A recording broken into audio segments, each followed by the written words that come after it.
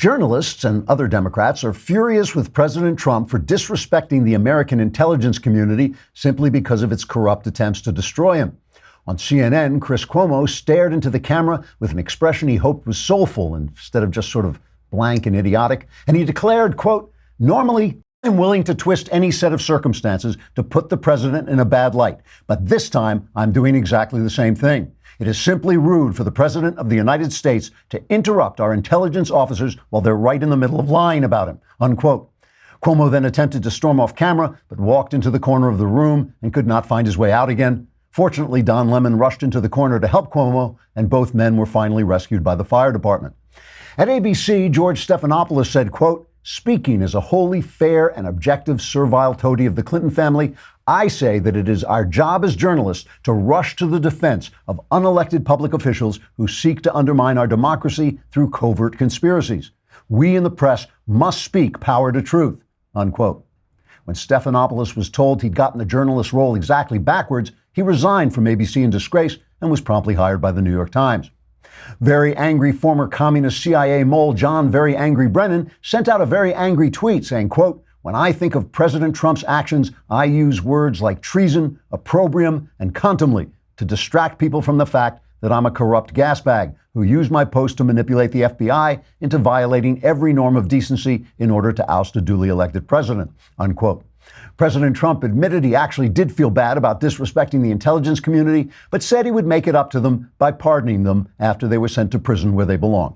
Trigger warning, I'm Andrew Klavan, and this is The Andrew Klavan Show. I feel hunky-dunky, life is tickety-boo. Birds are winging, also singing hunky-dunky-doo. Ship-shaped, ipsy-topsy, the world is zippity-zing. It's a wonderful day, hurrah, hooray! It makes me want to sing. Oh, hurrah, hooray! Oh, hooray, hurrah! All right, another summer Klavanless weekend comes to an end. In mid-July, there's not much going on, so the Klavanless weekend, it's just all you see is just journalists' heads exploding and Democrat politicians going insane, saying nonsense. That's how they spend their Klavanless weekends. Michael Knowles is going to come on today and talk about Hollywood pedophilia, and I'll explain why. It's not just for fun. We're not doing this just for fun, but it is an actually interesting topic, and we will talk about it, and you will find out why it is relevant. But meanwhile, let's talk about the fact that it's summer, you're going out a lot, you're entertaining yourself, and you're flashing your credit card around so that by August, you should be able to look at your credit card debt and say, oh my God, my life is over.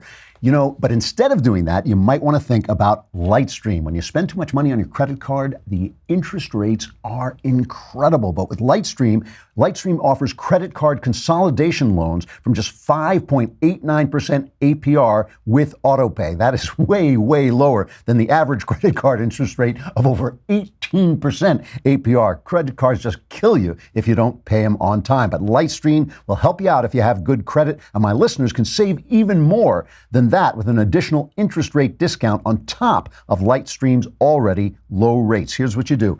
You get this discount by going to lightstream.com/Andrew. That is lightstream.com/Andrew. You could get your funds as soon as the day that you apply and get out of credit card debt. This is subject to credit approval. Rate includes 0.50% auto pay discount. Terms and conditions apply, and offers are subject to change without notice. Visit lightstream.com for more information. So one of the things that's really important to remember as you watch all the craziness that goes on in the press, especially in the summer when they haven't got a lot of news, so they're just actually feeding off their own rage and stupidity. One of the things you have to remember is the same machinery that attacks President Trump, the same machinery that sells socialism, the same machinery that sells abortion, the same machinery also makes people famous and successful. It's the same machinery, right? When you hear me go off on the New York Times and call them a former newspaper and make fun of them all the time, you're looking at a novelist who knows that he will never get a review in the New York Times again, let alone I'll probably never even get a bad review because they wouldn't go out of their way to give me that much attention. So you don't meet that many people. That doesn't make me a hero. That just means I have a different set of priorities than a lot of people have. and I'm a different age than a lot of people have, and I don't really care what the New York Times thinks about me. I don't think it's going to matter to me in the long run.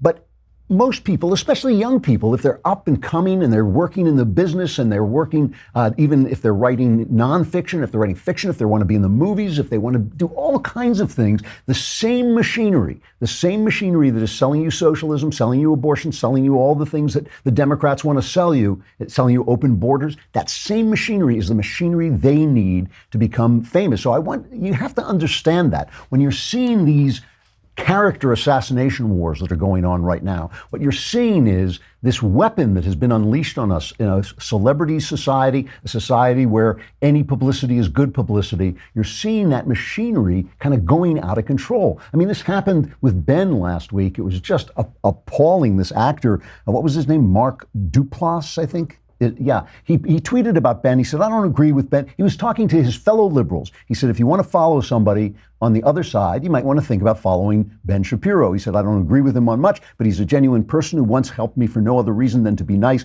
He doesn't bend the truth. His intentions are good. All of which, by the way, is true about Shapiro. I don't like to blow his cover because I know he's got this big thing about what a bad guy he is, but it's true. He will go out of his way for you. He's incredibly generous. And he's even been generous to Knowles. You know, he only backed over him twice, I think, the last time. So, of course, they unleash on Duplass. And Duplass not only pulls down the tweet because he's protecting his profession, because the same machinery that he needs, right, to make him famous is the machinery that is selling all this socialist stuff. But not only does he pull the tweet recommending Ben, he then gets out and he says, basically says that Ben is hateful. He says he's racist. You know all the stuff, sexist, racist, homophobic, all this stuff that Ben actually isn't. So he now throws Ben under the bus. Shapiro didn't call up Duplass and say, hey, could you recommend following me? And this assassination stuff is what goes on. You know, it happened to a judge, one of President Trump's nominees, a guy named Ryan Bounds. Tim Scott, who is a senator that I really respect. He's the only black Republican senator, and he seems like a good guy, a straight arrow guy, but he basically nixed a appeals court nominee, Ryan Bounds, because of stuff that Bounds wrote in college, where he said he thought it was wrong. He was complaining about multicultural organizations that divide up by race for their feel-good ethnic hoedowns. And he said, well, white students don't seem to need an Aryan student union. Why should there be a black student union? And Scott nixed him for that, which I think is wrong. Now, maybe, look, Scott is a good guy. Maybe he knew more than I know. I'm just telling you what I read in the papers and read in anti-Trump papers to make sure I was getting at all the worst stuff. But you should be able to say things in college and write things in college that maybe later on you change your mind about. And I don't personally think that's so bad, what he said. But even so, even if he didn't agree with it anymore, you've got to be able to explore ideas. You've got to be able to be wrong sometimes. Ben answered Duplass by putting out a thing on all the things that he had said that he regretted and all the things that he was attacked for that he didn't regret saying, because Ben knows too, Ben knows too that this machinery is very, very destructive. But the thing is, it's a way of arguing that we have all gotten used to. And this is really important. When somebody says something to me that I disagree with, I say, here's why I disagree with that. I don't say, oh yeah, well, I researched you, and back in college, you slept with a girl who'd had 5 drinks. That's not an argument. That is not an argument. When somebody says we should have socialism, it's not an argument to say, well, you slept with a drunk girl in college. When somebody says we should ban abortions, it's not an argument to say, oh, well, you once stole some money from a store. That's not an argument. And so the problem that the left has is they have this huge machinery and everything they think is untrue. Socialism destroys the economy. Abortion really is killing. I mean, you can make arguments for abortion, but you have got to accept the fact that you are killing what will be a full human being in time. This woke stuff is pure racism.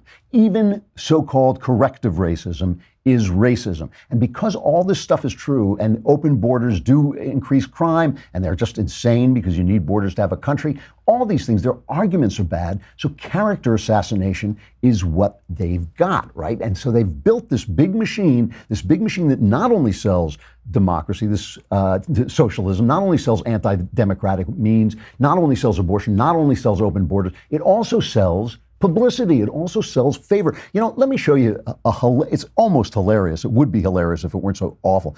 Brian Stelter is plugging The Handmaid's Tale. Now, you all know The Handmaid's Tale is this dystopian thing based on a novel. I read the novel, I haven't seen the show. I will tell you that the show is made in part by people I know and people I have worked with who I think are as talented as anybody in Hollywood, as talented and intelligent. I'm sure the show is good. I just didn't happen to like the novel, so I didn't watch the show. But they're selling this, a dystopian show in which women have lost all their rights and they're forced to go around dressed like the flying nun in those big hats. I don't know what the point of those big hats are. Sally Field at least could fly around wherever the hell she lived as a nun, but I don't know why they're wearing these in this thing. But anyway, they wear these hats and they're forced to have babies, blah, blah, blah, blah, blah. Brian Stelter is promoting this as, in fact, the Handmaid's Tale people have promoted it as being an actual commentary on Trump's America. Just listen to a minute of this. It's unbelievable. In the world of Trump, plot lines that were once thought to be too outlandish are no longer. I would be very happy if my show became irrelevant as quickly as possible. Bruce Miller is the creator of Hulu's breakout Emmy-winning series, The Handmaid's Tale. Conceived before the election, the chilling show went on to capture the lightning of the current political environment. Our writers' room is very news aware. Trump pushing out all these hot button issues brings them to the fore and they become conversations in the writers' room. Hard to fathom, since The Handmaid's Tale is a dystopian show set in a made-up place called Gilead, where women's rights have been stripped under a twisted totalitarian regime. We don't do anything on the show that isn't happening to women somewhere in the world. It feels like a cautionary tale more than ever. What does it mean for this program to be on now in the Trump age? It has far more meaning and urgency as we see women's rights, particularly women's reproductive rights, under attack yet again. Unbelievable. Now, when he says that we don't do anything on the show that isn't happening to women somewhere in the world, I agree, but it's happening in the Muslim world, not this world, not the world that we live in, the lovely Western world that we live in, where women have any right you can imagine. There is an argument to be had about abortion that we were not allowed to have because the Supreme Court shut the political process down with Roe v. Wade. There's an argument to be had about abortion. It is not just about a woman's right. It is also about the baby's right. There's another person involved. That's not The Handmaid's Tale that people want to debate abortion. It's insane. But let me just tell you how this works, all right? The people who make this show, they want the show to succeed. They want people to watch it. They want to garner an audience. Of course they do. I want audiences for the things I do. We all do. They can go on Brian Stelter. Brian Stelter focuses on the news if they have a news hook. Back in the 80s, I wrote what I think is a really good crime story called A Shock to the System, starring Michael Caine. It was based on the excellent, excellent novel by Simon Brett. And I used it in part, not as an attack on Ronald Reagan, but as a commentary on the Reagan age of people where they said greed is good, okay? And the only point of the show is basically capitalism needs moral limits. That was kind of the point of the thing. But that was the theme. It's really just a murder story, right? That was the theme was that, like, this guy just takes success.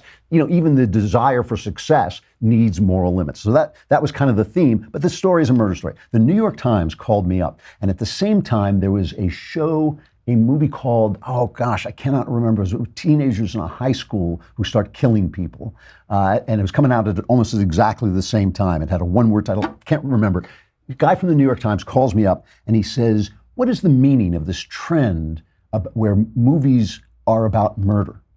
And I'm still to this day a very naive teller of truth. When you ask me a question, I tend to tell you the truth, right? And so I said, I don't think it's a trend. That's ridiculous. So they didn't quote me and they didn't promote the movie, right? And of course, I learned from that today. I would have said something to try and get the movie promoted because that was my job. I didn't understand. I thought when people asked you something, you told the truth. I still feel that way. It's still the first thing that comes out of my mouth when people ask me a question is what I think is the truth. But still, that was not playing to the machine.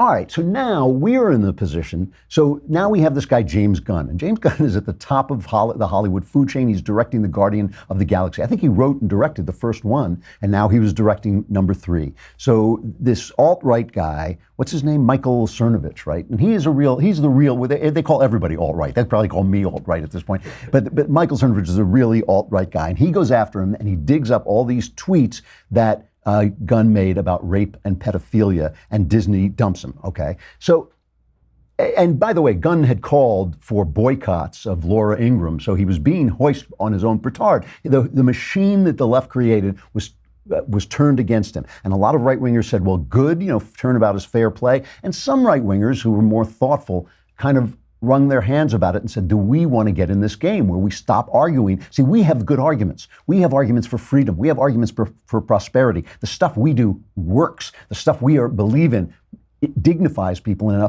uplifts people. And yeah, there are all kinds of arguments within the conservative community and arguments between conservatives and reasonable liberals that can be had, all kinds. But still, our arguments tend to make life better, as we see under Trump, where the economy is soaring. So we tend not to try to character assassinate people.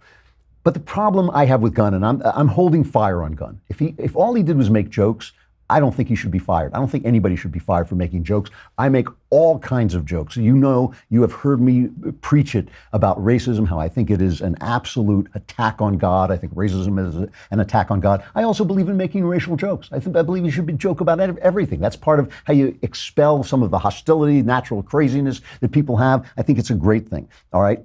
But I'm holding fire on Gunn because Hollywood has a pedophilia problem, and that is what we're bringing on Knowles to talk about after the break. I want to talk about the fact that this is a problem in Hollywood, and every time it comes up, it gets squelched, and it gets squelched fast, and that is because powerful people are involved. So I'm holding fire judgment on Gunn, what Disney knew about him and what they didn't know. His tweets were really ugly, not funny.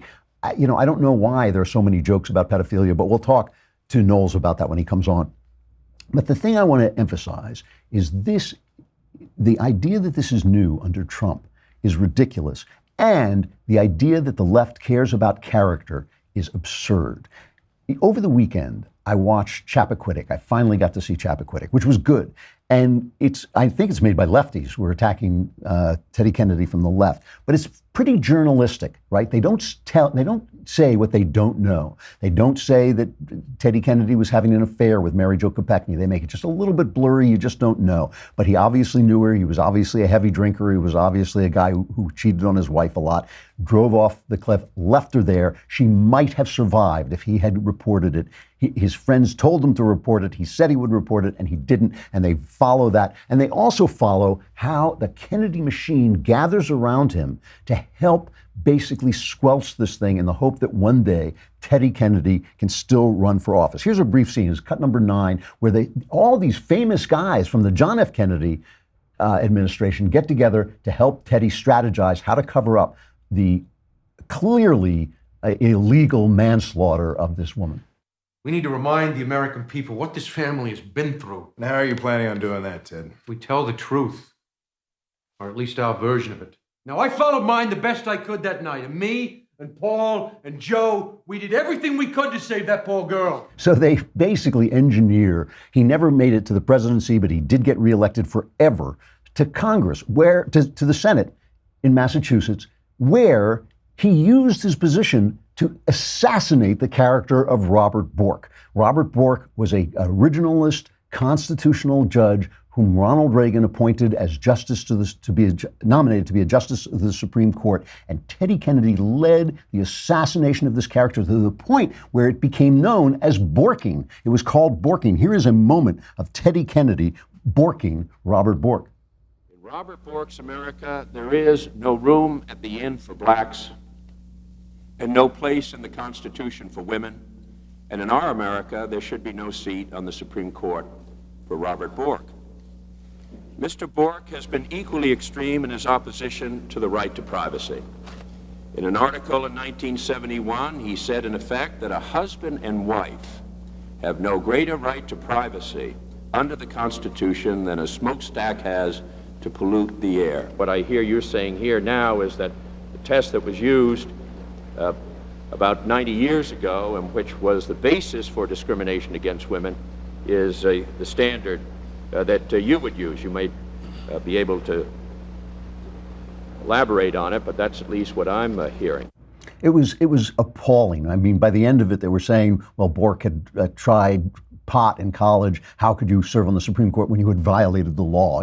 That was the kind of thing they did. This was a really fine justice, and he was destroyed by these guys.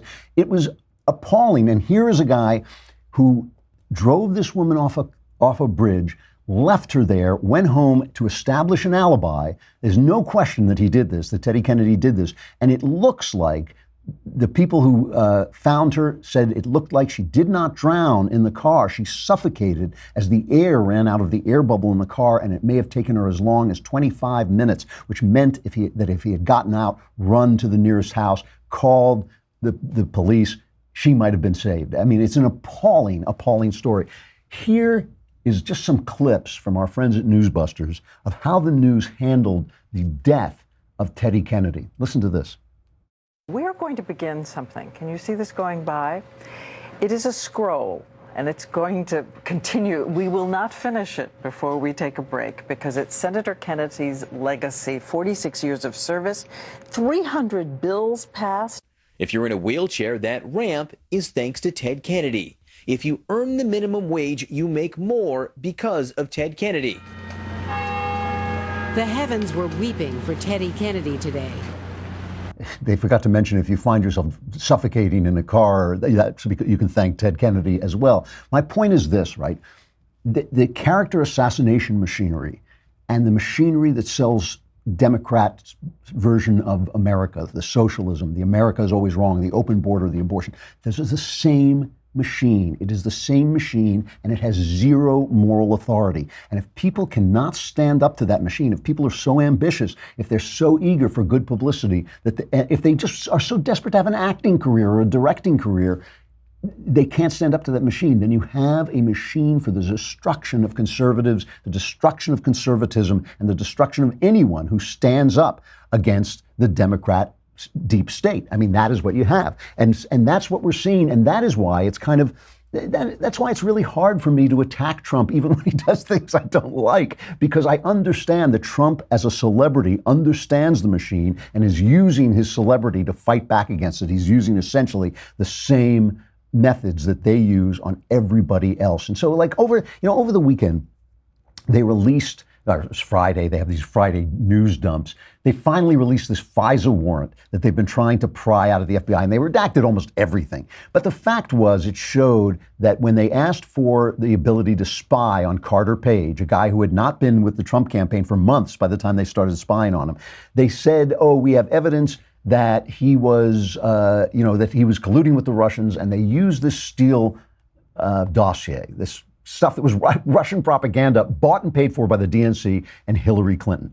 And they didn't say, they said, well, it may have been collected, in a footnote, they say it may have been collected by people trying to get, Oppo research on Donald Trump. But that could have been anybody, right? That could have been one of his, it could have been Ted Cruz. It could have been anybody. They did not say its provenance. And they basically lied. It was just a mistake. And this actually does justify what Devin Nunes said was happening when he and his committee released that report saying this was unfair.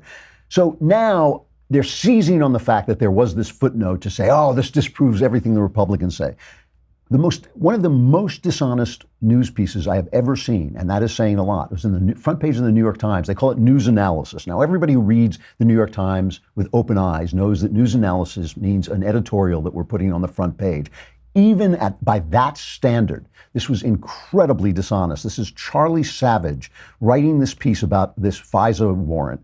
And I don't want to get into the deep weeds about it, but he says, when President Trump declassified a memo by House Republicans in February that portrayed the surveillance of a former campaign advisor as scandalous, his motivation was clear. It was to give congressional allies and conservative commentators another avenue to paint the Justice Department's investigation into Russian election interference as tainted from the start. But this past weekend, Mr. Trump's unprecedented decision, which he made over the objections of law enforcement and intelligence officials, had a consequence that revealed his gambit's shaky foundation. The government released the court documents in which the FBI made its case for conducting the surveillance, records that plainly demonstrated that key elements of Republicans' claims about the Bureau's actions were misleading or false. You have to get like 12 paragraphs down. I lost count of how many paragraphs you get down before you find out that everything in the Republican memo was true.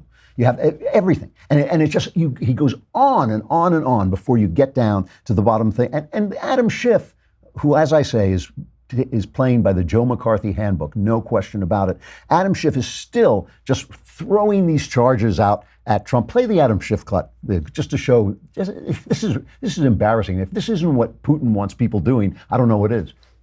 Well, I certainly think he's acting like someone who's compromised, and it may very well be that he is compromised, or it may very well be that he believes that he's compromised, that the Russians have information on him.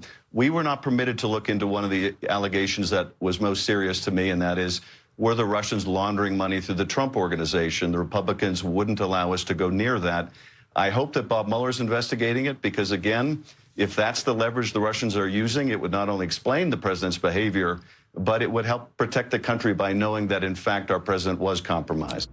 You got to play Trey Gowdy's response about Russian collusion. This is hilarious. Gowdy said there's no evidence of Russian collusion. Listen to this.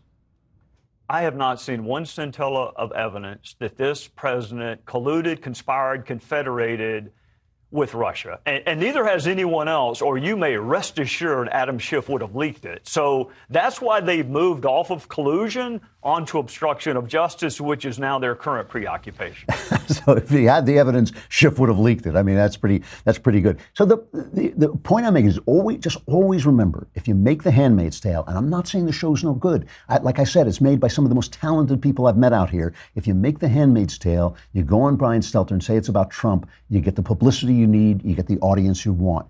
If you're Ben Shapiro and you get slimed, you're pretty much on your own. I mean, we will stand up for Ben because we know who he is, but Brian Stelter ain't going to do it. The New York Times is not going to do it. ABC, NBC, CBS are not going to do it, because the machine is all on one side, and it's the same machine that both slanders and creates the success that a lot of people are looking for. All right. We're going to talk about why I'm holding fire and judging whether James Gunn was just making jokes or not with Michael Knowles, as we talk about a little tiny problem that Hollywood has with little tiny people. Well, that is coming up, but first I got to say goodbye to Facebook and YouTube. Come to thedailywire.com and you could watch the whole show if you would just subscribe for 10 lousy bucks. You know, they're giving us hell on YouTube. They were making it so hard for us to promote our stuff on YouTube. So if you come on over to thedailywire.com for a lousy $100 a year, you can watch me, you can watch Ben, you can even watch Knowles if you had a few, and you also will get the Leftist Tears tumbler in which you can drink your Leftist Tears hot or cold.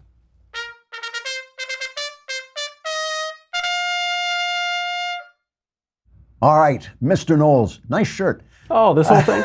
Oh, thanks. This is the merch store is finally open, right? So, you know, we've been promising that the merch store is going to roll out every 5 minutes for the past 3 years. But I don't know. I've been wearing some shirts on the shows. Yeah. Some people have been getting emails. You know, you see what you get. I like it. The fact that you're wearing a Shapiro shirt shows you're a very forgiving individual. Well, really, it's self-preservation. At this point, Ben is ready to bulldoze my entire studio. So I think, you know, every once in a while, I've got to get a Shapiro shirt on. I think I agree with Mark Duplass. He's a wonderful guy. He only has tortured you. Death by 500 cuts. It could have been death by 1,000 cuts, but it's a sanctifying experience. Look, I'm a Catholic. We're all about mortification. This really is helping me out. That's right. It's good for you.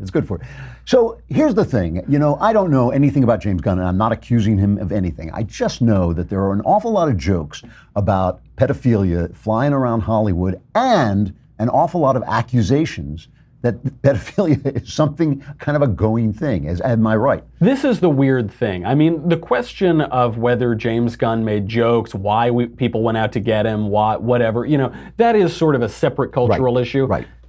Nevertheless, and totally regardless of that issue, pedophilia is a huge problem in Hollywood. There is a conspiracy, the witches are real, and it's being covered up. Yep. And it's been covered up for decades. And this is a little weird thing. I guess the jokes are kind of a way into this. After this all came out, now it's a tit for tat of you told worse jokes 15 years ago or this or that. Patton Oswalt, the alleged comedian, came out and he tweeted 10 years ago, this was just dug up again, my dong is super friendly and loves getting rubbed by children, #career-ending Twitter typos. Okay, it's a typo. You meant a dog or okay, that's kind of funny, right? Yeah. Then we found another one that came up. Sarah Silverman, hey, is it considered molestation if the child makes the first move? I'm going to need a quick answer on this. Okay, it's a little more on the nose, whatever. Yeah. Then Michael Ian Black, the guy, that crazy anti-Trump comedian, he's so angry all the time. He says, he tweeted out, this was years ago, I don't like watching iCarly, that's a children's show, with my daughter because there's nobody on that show I want to molest. Okay. Well, okay, they seem to be getting a little stranger. And the other thing is we talk about everything, we joke about everything and joke all the time, but these guys in Hollywood seem to be joking about pedophilia a disproportionate amount. It's a little weird. It's also interesting how unfunny those tweets are. The first one, the Patton Oswalt thing, borderline funny. Yeah. Yeah. At least it's sort of recognizably a joke. The others, though, you really wonder. And there is this trend that has gone on in Hollywood, on a twofold. One, of molesting children and covering it up, and then making art, producing movies that seem to normalize sexual relations with minors. This is John Nolte over at Breitbart has been screaming about this for years. Yeah. So when you look at those movies, they really all seem to take place in a certain period of time. I actually think Nolte might have had something to do with them stopping this, because this period between 2001, 2006, 2007, you had all of these movies. This is from Nolte's just one article about it. Notes on a Scandal, Birth, Towelhead, The Woodsman, Little Children, Lie. They all made these sympathetic pedophile characters. And then he wrote a long piece in 2008 about The Reader. Do you remember that movie? Yeah, oh yeah, do I ever? Yes, that movie drove me crazy because the woman who's supposed to be the heroine of the movie is A, sleeping with a 15-year-old boy, B, a Nazi, and then when she I'm going to give the end of the movie away, but when Spoilers. she kills herself, you're supposed to kind of shed a tear, and I was like, my God, she's a child molester. Oh no, she's a Nazi. Oh, thank heaven she's dead. That to me was the plot of the movie. It's a comedy. Yeah, it's a comedy, ending. exactly. Yeah. All's well that ends well. Yeah. So there's that aspect of it, and then what's really weird? There have been a ton of pedophiles in Hollywood. Charged, convicted, and they start working again. What's really weird is they get brought back into it. Yep. People all the time, they focus on the Catholic Church. Hollywood focuses on the Catholic Church. They say the Catholic Church was abusing children. The percentage of Catholic priests who were abusing children is lower than school teachers in the public school system. It was very low, and usually they were dealt with. Not so in Hollywood. Here are just a few examples. You can pull this, just Google it. I mean, you'll get dozens and dozens of examples. Bob Villard. That was the manager of Leonardo DiCaprio and Tobey Maguire when they were children. In 1987, before Leonardo DiCaprio ever started acting, before he became this big manager, Villard was charged with possession of child pornography. The prosecution couldn't prove it, so he went off and got scot-free. In 2001, he was caught with a collection of sexually explicit photos of young boys. Wow. He went to jail, served his time, got out, went right back to managing kids. Hollywood embraced him again. Yeah. 2005, he molested a 13-year-old boy who he was courting as a client. The DA in that case said, quote, "That's just what's done. This is all normal in the industry." That's one example. That was the defense of the prosecution said that. No, I'm sorry. That was the prosecution. That was the DA. Yeah. Then there's the case of Bryan Singer. You might have heard this one. This started to make the papers a little. The director of X-Men, of The Usual Suspects. He was accused of assaulting sexually 3 teen boys, a 15-year-old and a 14-year-old, and like pretty violent assaults, giving them drugs, giving them booze, holding them down, forcing them against their will. Other children too. This is all sort of unproven, but there's a lot of clouds around him. He's still successful.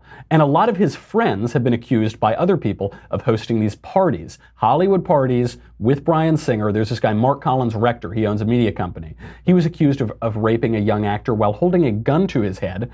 He also raped another actor, is accused of raping another actor, who was then given a role in Bryan Singer's film. He fled the country. The boys were awarded over $4 million by the court. On and on. Another friend of Bryan Singer, Brian Peck, he also went to jail for sexually assaulting a 15-year-old in between working on 2 X-Men movies. So he actually got a part in a movie after he went to jail for sexually assaulting this kid. And then after that, he was hired back by Disney, by the company that fired James Gunn, with his old job as a dialogue coach on a children's program. More and more. You remember seeing the Coreys, Corey Haim and Corey Feldman. Yep. They talked about their sexual abuse. Corey Feldman mentioned this, and Barbara Walters basically told him to shut up. How dare you make these accusations? She did. I mean, this is the woman who also normalized Fidel Castro. She did tell him to be quiet. He keeps saying, Feldman keeps saying that there's some very big guy who he's afraid to name. I was told once when I asked around about this to shut up, or I would end up in a ditch. I mean, I'm told by a friend, not by an enemy. It just said, you don't want to, you will disappear if you actually go after this guy. When I mentioned his name, and I don't have the proof, so I'm not going to slander the guy. But still, this is like an open secret. And when Corey Feldman came out with that stuff, people got nervous. They were scared. Bryan Singer, I have heard openly jokes about dating underage guys. You know, that's I've heard that secondhand. But still, all these jokes, you think like, well, okay, you know, jokes are jokes, but this permeates the industry. Yeah, this is a real problem. It's another sort of thing. If you were saying earlier, it's perfectly fine to make racial jokes as long as you're not, racist. Yeah. As long as you're not a racist, right? There's a difference between making an Italian joke or a black joke or an Irish joke today, rather than making a black joke, you know, in the antebellum South, or when there's a central problem in society. Perhaps people should address that. I mean, even it's what's so crazy, because you've had all of these kids allege these things. Elijah Wood talked about this. Yep. Corey Feldman, obviously. But we haven't even brought up Michael Jackson yet. Yep. We know Michael Jackson gave Coke cans full of wine that he called Jesus juice to children. He regularly slept with multiple children in his bed who he was not related to. We know because investigators found it. He kept a huge stash of porn, as well as a sexual imagery featuring children, S&M, sadomasochism, animal torture, and sacrifice. This is all according to that 2003 investigation. Images of children being tortured, nude children, all of this. He kept it. He kept photos of Macaulay Culkin, stuffed animals, really crazy stuff. He was accused multiple times of child molestation. What happened? He got off. He was acquitted. Yeah. And so many other people. There was another guy who was accused of, Martin Weiss. He was a manager used by Nickelodeon and Disney as a talent scout. He was accused of sexually assaulting a kid between the ages of 11 and 14. He pled no contest. He was released the day he was sentenced. They said, oh, time served, you're out. And they get to go right back to Hollywood. It's really, I was talking about the fact that I finally watched the movie Chappaquiddick, and they depict Mary Jo Kopechne's parents as kind of thankful to Teddy Kennedy because they're so in awe of him. He's so powerful. He was such an important person in their daughter's life. Yeah. And the press trying to basically clean up Kennedy's act. We're constantly quoting the parents saying, we're past it, we want to let it go. Same thing with Michael Jackson. The parents came in and said, oh no, we had no problem with this. But because people are so enamored of celebrities, because they really don't understand the level of evil that famous people can commit while still looking great on television, because they don't understand this, it really is up to law enforcement and people in the know to condemn these people. And that is why I simply do not think a guy who goes to prison for molesting children should be welcomed into any community after that. I think that these people don't change. You don't grow out of that stuff. You may stop doing it, and good, you should be able to get a job, but not necessarily at the top of Hollywood, and not necessarily in an industry that really is suspect of having a mafia of people doing this. And by the way, there is example after example of these people who go to jail for molesting children in Hollywood. They get out, they go right back to the industry, they go right back to molesting them again. It's on and on. And by the way, the problem is pretty deep. It's pretty disgusting, because when Corey Feldman went out, I believe in 1993, he named the people who abused him. He accused people outright. Before the statute of limitations ran out, nothing happened. Yep. Nothing was done about it, which means that the problem runs a lot deeper. This is not just a matter of jokes. Perhaps people telling jokes get swept up in it, or perhaps there's something deeper. There is a question with James Gunn that he may have corresponded and publicly corresponded with a person who was convicted of possessing child pornography about that kind of material. That's a question that's left for James Gunn. Is it just jokes, or is it more than just jokes? I mean, if we're going to fire people over Me Too, which by the way, some of this Me Too stuff I'm kind of against. When they throw a guy out who's been misbehaving and everybody knew it, my feeling is, well, if everybody knew it, everybody should be thrown out, or nobody should. Let them stay and change the rules. But if adult women are going to say, well, I said yes, but I meant no, and I didn't object. Well, who's going to defend children? I mean, if we're going to stand up for women, which is fine with me, aren't we going to stand up for children too? It is just absurd. It really is. It's an unpleasant topic. I'm sorry you had to deal with it, but I think it is really important that people understand that something is genuinely rotten on this subject in the state of Hollywood. Well, I have to tell you, it is a thoroughly and profoundly unpleasant topic. But you also made me watch South Side with You and Barry that time. Was worse. So all right. I'm just cruel. I'm a sadist. You're a sadist. That's my sexual thing. I must be a masochist, and you're clearly a sadist. Exactly. What are you talking about on your show today? Today, I'm going to be talking about the double standards. It'll open with James Gunn, but I want to talk about how Donald Trump is basically like Samuel L. Jackson in Pulp Fiction. He is the vengeance of the Lord upon hypocrites out here, and we'll analyze why that's a very good thing and pretty ugly too. You're going to get invited to the White House one of these days, which will never happen to me. All right. I'll see you later, Knowles. Thanks a lot. Drew. Really, really interesting. All right, let's do our crappy culture.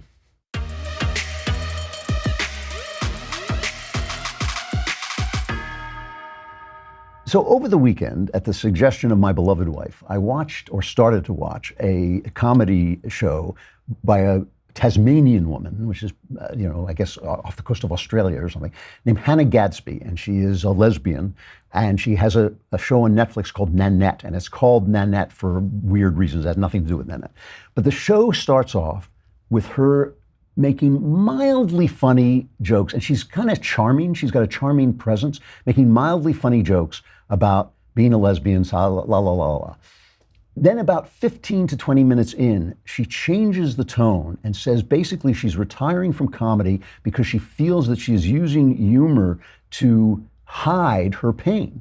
And then she starts talking about the fact that she was molested, she was abused, and it's really angry, and especially angry against men and white men. It's too bad for them, it's their time is over, and you stink, and all this stuff. It's really angry stuff, totally unfunny, totally uncharming. And well, here she talked. I couldn't put any of it on because she's so foul-mouthed. So here's an interview she gave talking about why she wants to retire from comedy. Well, I think in real life, there's real power in the humour, to do it with humour. And, because that, when you talk about things with such weight, it doesn't do anything. In fact, it weighs you down more. To do it, to talk about those things with a friend with lightheartedness or the attempt at humour is an attempt to connect. But we're living in a very uneven world at the moment. So when I stand on stage, I'm a second-class citizen, trying to make there's straight people laugh. I'm not interested in making them feel better anymore. She's not interested in straight people anymore. So like she's at war, now she just wants the anger, she just wants the pain. At Ricochet, my pal John Gabriel wrote a spectacular piece, really great read. You should look at it, called The Left Gives Up on Comedy. And he talks about how this basically deconstruction of her own show was praised. And he says the New York Times acclaims the set as comedy arguing against comedy. According to The Atlantic, the most radical thing Hannah Gadsby does in Nanette is simple. She stops being funny. Cosmopolitan raves. I cried just thinking about Hannah Gadsby's new stand-up set Nanette. Those definitely aren't tears of joy. Perhaps Gadsby is dropping stand-up comedy for stand-up tragedy. Halfway through her set, the Australian comic officially announces that she's retiring. It's probably not the form to make such an announcement, she adds. Anyway, he goes on to say that Gadsby is just the latest progressive giving up jokes. Comedians' mostly celebrated moments these days are laughter-free. Jimmy Kimmel was praised for weeping through a monologue about healthcare policy. Kathy Griffin fainted during her stand-up set about blowback from her faux Trump beheading. Saturday Night Live highlighted a somber musical elegy to Hillary Clinton. In a 2017 wrap-up, the New York Times enthused that the most memorable moments of the year in comedy were not funny. And John Gabriel ends at Ricochet. He ends this age of political buffoonery, media panic, and perpetual outrage is a comedy goldmine right when many comedians are losing their sense of humor. The thing is, of course, comedy comes from pain, and of course, comedy comes from anger. We all have pain. We all have anger. Comedians are people who can translate that into something golden. How would it be if I started telling a story, if I wrote the next season of Another Kingdom and I put it up and halfway through I said, the only reason I can tell these stories is because I've been through a painful emotional journey myself. That is what informs my knowledge of mankind. And now I'm going to stop the story. I'm tired of telling the story. I'm just going to tell you about my emotional pain. It's cheating. It's not what I'm there to do. It's not doing your job. I'm sorry she's in pain. And by the way, I think she's right that comedy can reopen the wounds. I know that writing fiction does. I know that one of the things I really dislike about writing fiction is that I have to leave pathways open to pain that I would have long been over. childhood things and that I would long have been over if I weren't constantly reopening the wounds to get at the source of feeling that I put into stories. That's part of my job. If I don't want to do that job anymore, I can stop. But it's none of your business. I don't have to bother you about it. You're not paying for that. You're paying for the story. You're paying for the comedy. This is deconstructing something to the point where there's no longer the thing that you are paying to get. And as Gabriel points out in his excellent piece, The Left Gives Up on Comedy, she's there to entertain. We're here to be entertained. We have our own pain. We have our own anger. We want some comedy to get us away from that. And if she is so angry that she can no longer laugh, maybe she's right. She should retire, but she should also get a psychiatrist. All right. I'm Andrew Klavan. This is the Andrew Klavan Show. We will be back again tomorrow. We have got Daniel Silva tomorrow. Yeah. Excellent interview with the great thriller writer Daniel Silva. He was just terrific, and it was a really good interview. Be there then. We will be there as well.